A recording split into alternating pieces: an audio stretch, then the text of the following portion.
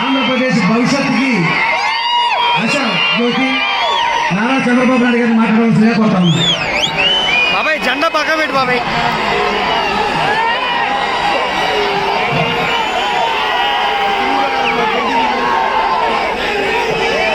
ప్రజాగణం వినిపించేందుకు వచ్చా, పామరు వచ్చా. ఇక్కడే నిమ్మకూరు ఒక చిన్న కుటుంబం, ఒక సాధారణ కుటుంబంలో పుట్టిన నందమూరి తారక రామారావు గారికి జన్మనిచ్చిన పుణ్యభూమి ఇది. ఆ పుణ్యభూమిలో నేను అడుగుపెట్టి మీ ఆశీస్సుల కోసం వచ్చాను, ఒక శుభ కార్యక్రమాన్ని చేయడానికి. ఎన్టీ రామారావు గారు చరిత్రలో ఒక స్ఫూర్తి. ఇక్కడ పుట్టిన బిడ్డ ప్రపంచానికి తెలుగువారి సత్తా ఆత్మ గౌరవాన్ని చాటి చెప్పారంటే అది గడ్డ మహత్యం అని చెప్పి మరొకసారి మీ అందరికీ తెలియజేస్తున్నా.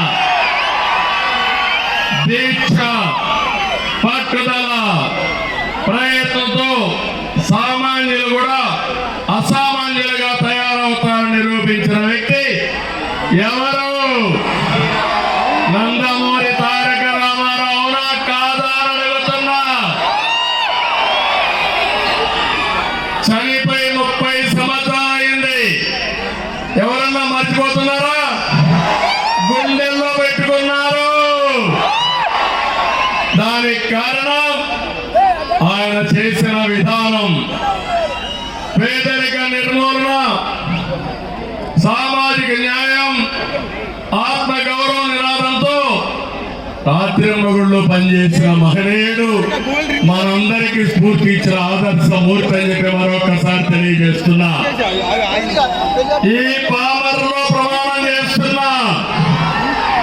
నా కోరిక ఒకటి, పేదరికం లేని రాష్ట్రాన్ని చూడాలనేది నా ఆశయం. అదే ఎన్టీ రామారావు గారి సందేశం. తప్పకుండా అది సాధిస్తాను. ఈ ఆశీస్సులతో ఎప్పుడూ పేదవాళ్ళ పక్షానే ఉంటా, నిరుపేదలకు అండగా ఉంటా.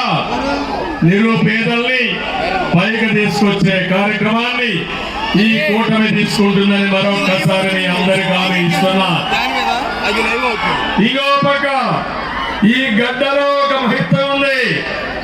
సాహితీ, సాంస్కృతిక, రాజకీయ, సినీ రంగాలకు చెందిన హేమీలు ఈ గడ్డనే పుట్టారు. అవునా కాదా?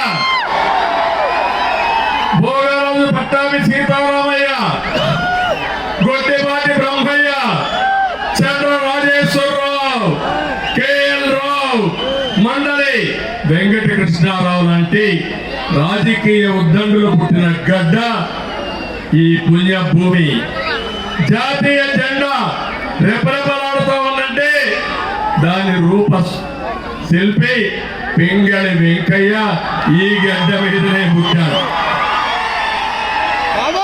ఆ జెండా దేశంలో, ప్రపంచంలో ఎగురుతుందంటే, దేశానికి గౌరవం తెచ్చిందంటే ఆ రూప శిల్పి ఈ గడ్డ మీద పుట్టాడంటే అది ఈ గడ్డ మహత్యం అని చెప్పి మరొకసారి తెలియజేస్తున్నా.